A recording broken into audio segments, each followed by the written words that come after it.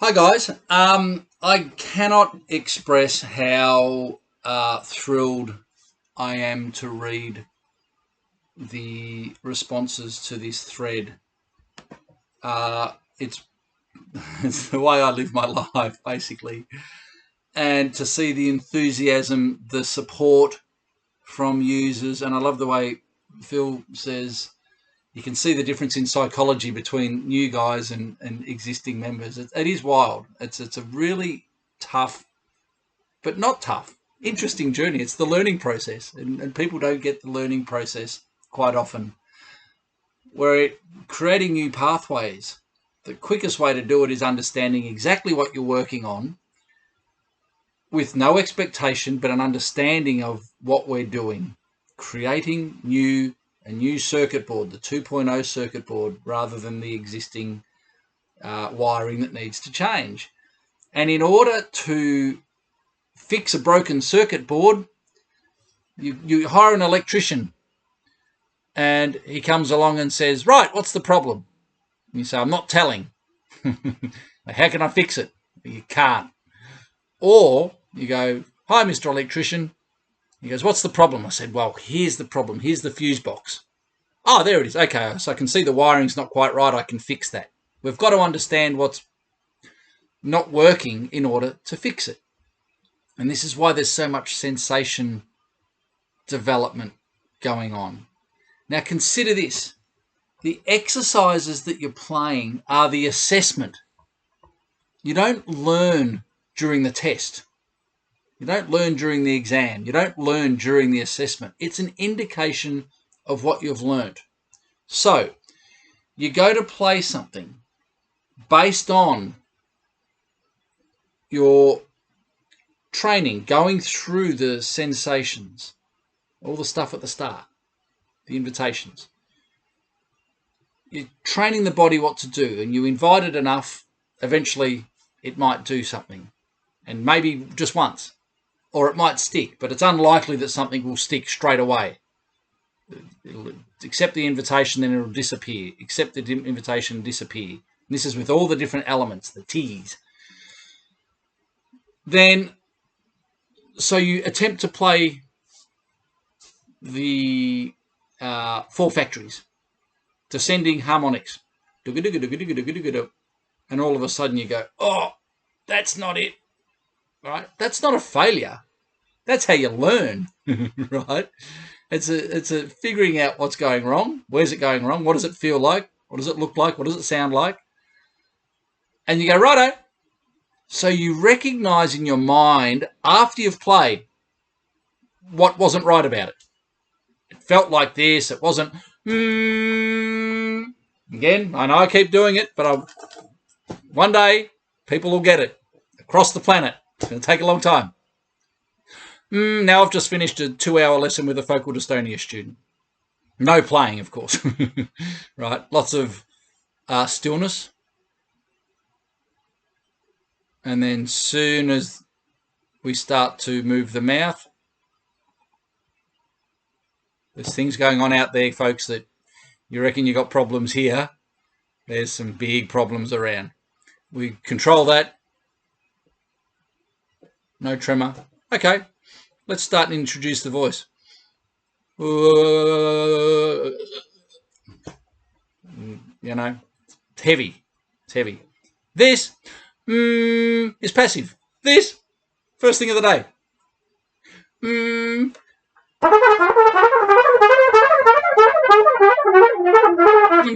It's all passive. I know it goes against the norm. So, you've done the 4 factories. You recognize, oh, I'm tightening there. Oh, I'm doing this. I'm doing that. That's awesome. That's great. Right? The brain recognizes it. That's when you're learning. You go, that's not actually what I want. What do I want? Well, what has Greg been saying? It's that whole thing and the ooh, well, I know that's a pedal tone. Ooh, versus there's your low C, right? No kick. We don't want that. So you're visualizing. What a weird way to introduce it to the course, but I've got a concept called the portrait. And the portrait can be a positive playing experience from years ago or a successful attempt at an exercise. And it worked. You had all the positive neurotransmitters, the endorphins and serotonin, oxytocin, adrenaline. Oh, no, adrenaline's not a good one. No, what am I thinking of? It'll come to me in a second. Endorphins. Right, good stuff. So we put a mental picture of that in our mind, the portrait. We put it on our mind's feature wall. That's a point in time that really happened. It's a point in time that really happened. So it's not just a nice idea. It's not just let's have a visualization of things going well. That's all a bit airy-fairy. And it's based on an idea of something that you've never done before. But if you've got a moment in time that actually happened, there's your portrait. And we refer to that and we connect to that feeling positive. What did it look like? Well, I've filmed myself. I know what it looks like. I watched it in a mirror, right? And what did it sound like? It sounded open, relaxed, free, beautiful, fantastic. Then, so we know that portrait. But then we do an attempt and we recognize this, and this, and that's not the portrait. So we go, no, that wasn't it. What was the portrait? What did it feel like? Let's recall that. Let's do it again. So that's the learning process there. We're not training muscles. We're training the brain to send signals to the muscles, right? Then we have another attempt. I wonder how it'll go. So in the assessment, in the exercise, no, that's not it, right? Or, there it was. Store it. Does that mean it's wired forever? Not on your life. Not on your life. All the elements synchronized. They turned up to the party at this point in time. But if you expect it to happen the next day, you're kidding yourself. Or it might. But that's not the way the learning process happens. It takes time. This is why I'm doing my golf thing. I've had amazing moments. And then you come back and you get to that point, you swear, I will never, ever slice another drive because it is so familiar and all the elements are starting to happen and the ball's just, whoo! I can never not do that until that day you go out and you slice every single ball and you cannot feel the difference. But you mechanically know, well, the club face is probably not coming through, so it's heading the ball that way, spinning it that way. So it means that you've got to release. And would you believe they use the term passive wrists and the release of the club? Who would have thought? So there's obviously something out. And as you develop more and you develop more, your awareness increases. So you can make the minor tweaks.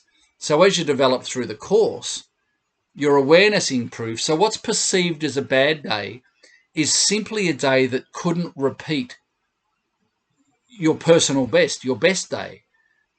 And so if you consider an athlete preparing for the Olympics and they have a personal best, are they going to have a personal best the next day?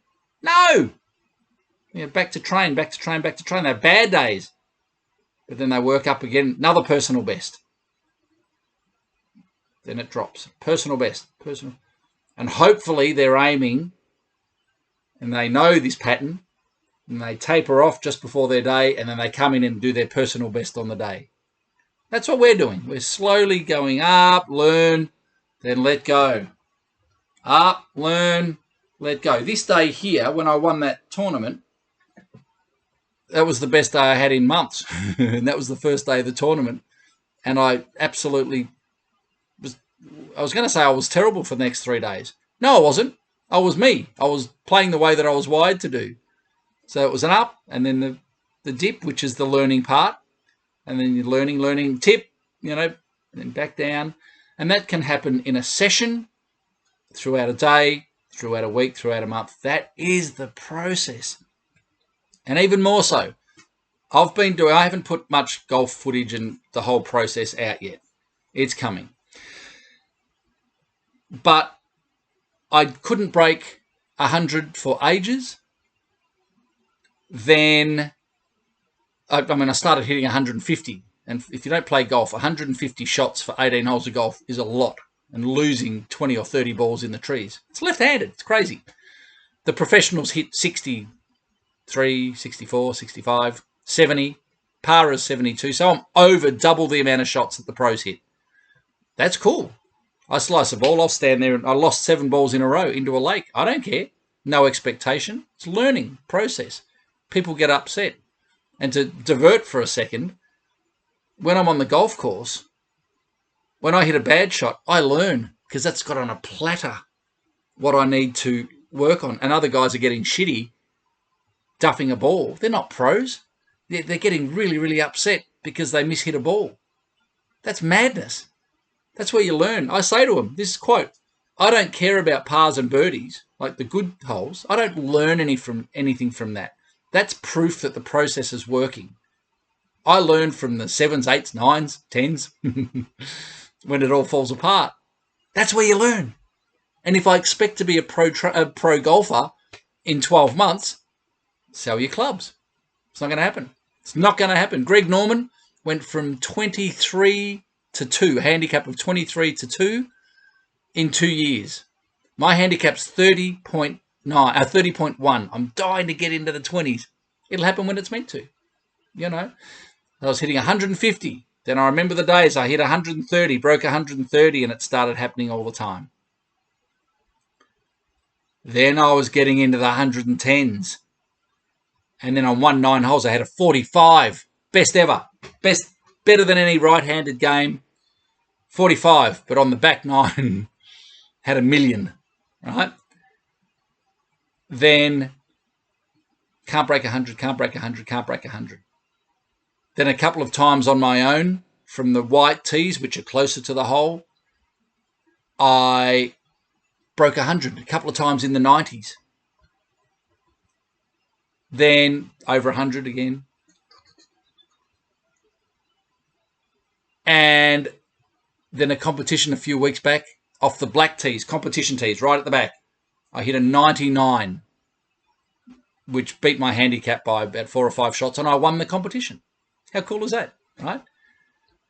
Then on a practice day, out of the blue, I hit an 86, which is 14 over par, which is ridiculous. I'm playing left-handed, and I'm basically standing there laughing when I hit because the drives were straight, long. I was as easy as I've ever hit, and I could talk about what was going through my mind for hours, but basically I was imagining Phil Mickelson. I've watched a lot of him, but when he's not hitting real super hard, but just nice, slow swing, I'm seeing that in my mind to remind me of tempo and shape, form, relax, let go. And then the weird one is his form, his picture in my mind became, I know my swing enough because I film it, became my body. So his tempo, his swing, my body. And so I'd pre-see the shot in my mind to remind me of tempo and shape, and then just get up there. And I don't even need to look at the ball, because if I do the process right, the ball will be hit, right? So that's where I'm at the moment. So I hit an 86. Now, do I expect to hit an 86 every day? Oh, God, no. And what do you reckon happened? Back over the 100, 105, 110, a couple in the 90s, around there. Better, way better than right-handed. Then I hadn't filmed myself for a while because we can overdo the analysis. We've got to check in, look at it, go, righto, I'll pick that bit, go away and work on it. Come back, film. So I saw a film of me playing, knees too bent, too far over, not the right shape. I'm watching a lot of golf. Well, I was until the ITG came up, and now I'm just spending hours putting these presentations together. Watching, what do the pros do? What do they look like? So I needed to make a change. So I've turned up to an indoor game of golf, which is a team, and inside's easier. And I've been having 45s, 46s for 9 holes, had a 43. So this day I've gone, right, I need to make a change to my swing because it's not right. It's going to be inhibited because I'm not doing it right. So I've made this change. I've been moving my head over and standing up and stuff. The head's not still. So what did I do? I got a microphone stand out on the balcony, and it's in the middle of my head to keep the head still. It feels ridiculous at the start. So I went to an indoor game of golf and had a 59 for 9 holes. Right? What was it, 59 versus 41 or 43 that I had? Like, lots bad, big lose, right? And one of the guys in my team said, what are you changing for? You had an 86. And I said, yeah, but the process is wrong. I don't care about the result. I don't care about the result. I want the process to be right, because ultimately the result will be better. There's no point satisfying an ego going, I had an 86. What's an 86? Who cares? Pros get 60, right? On a really, really good day. So I don't care about an 86 with a poor technique. The process is what counts. And we learn it from seeing it, closing the eyes, and feeling it. I'm doing this in real time as we speak.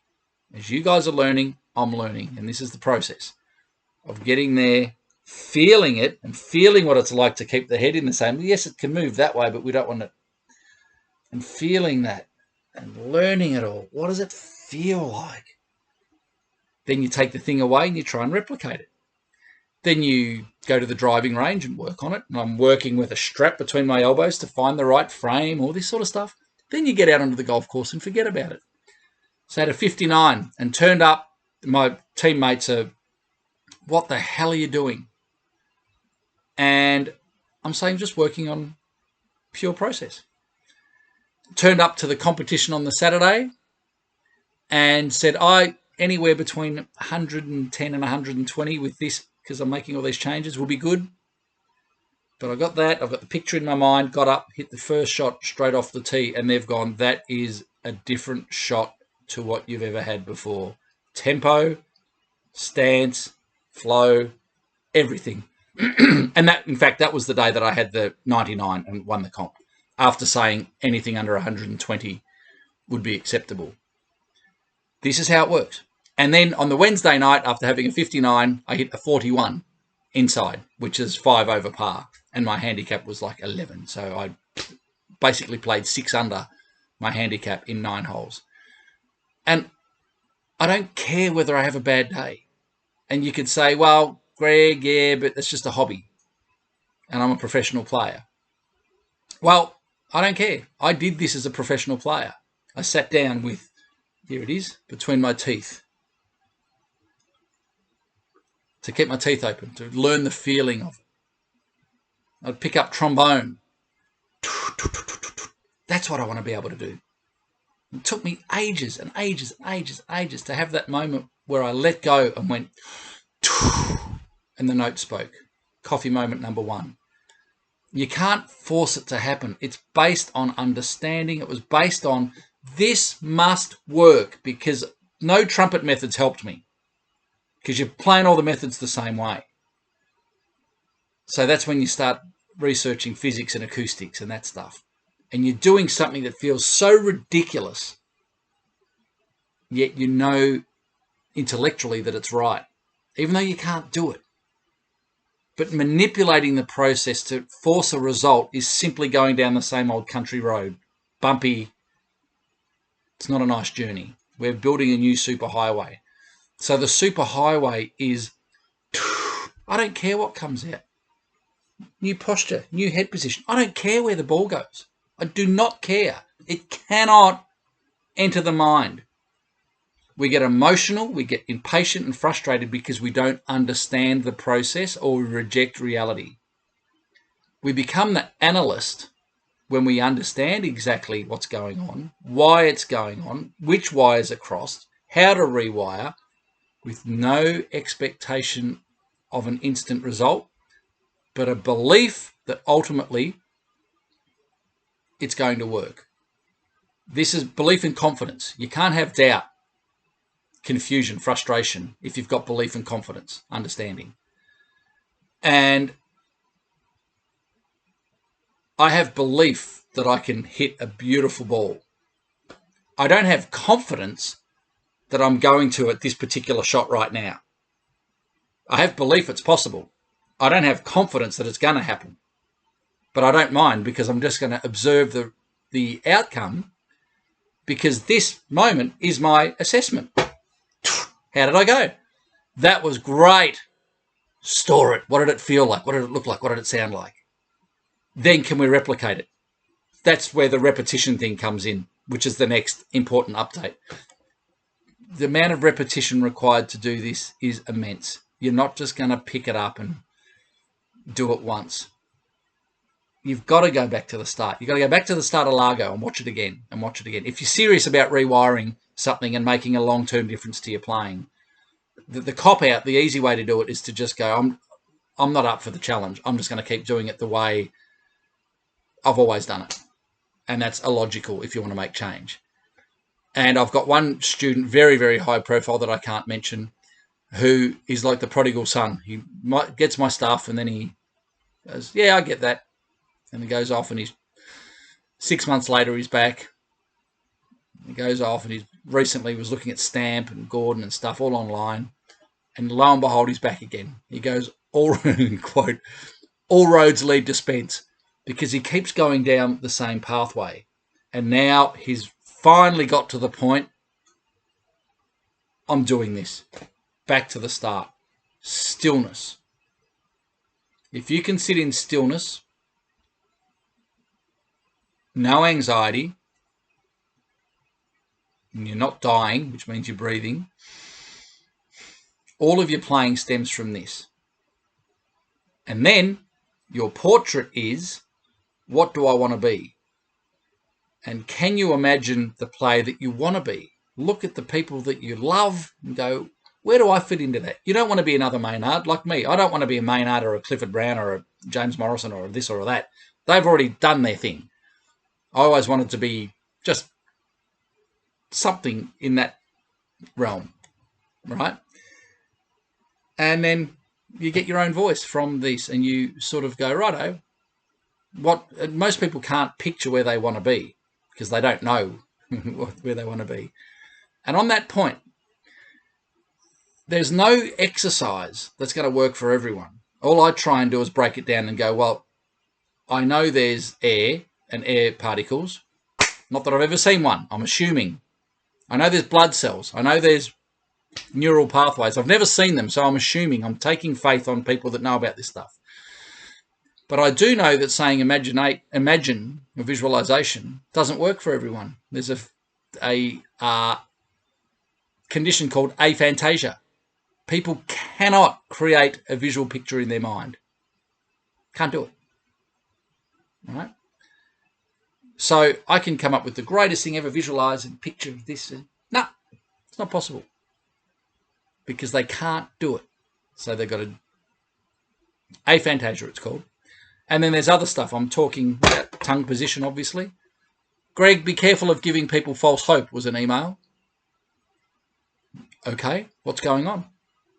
Well, I can't do the tongue stuff and I can't do this and it doesn't work. Okay, I'm shocked.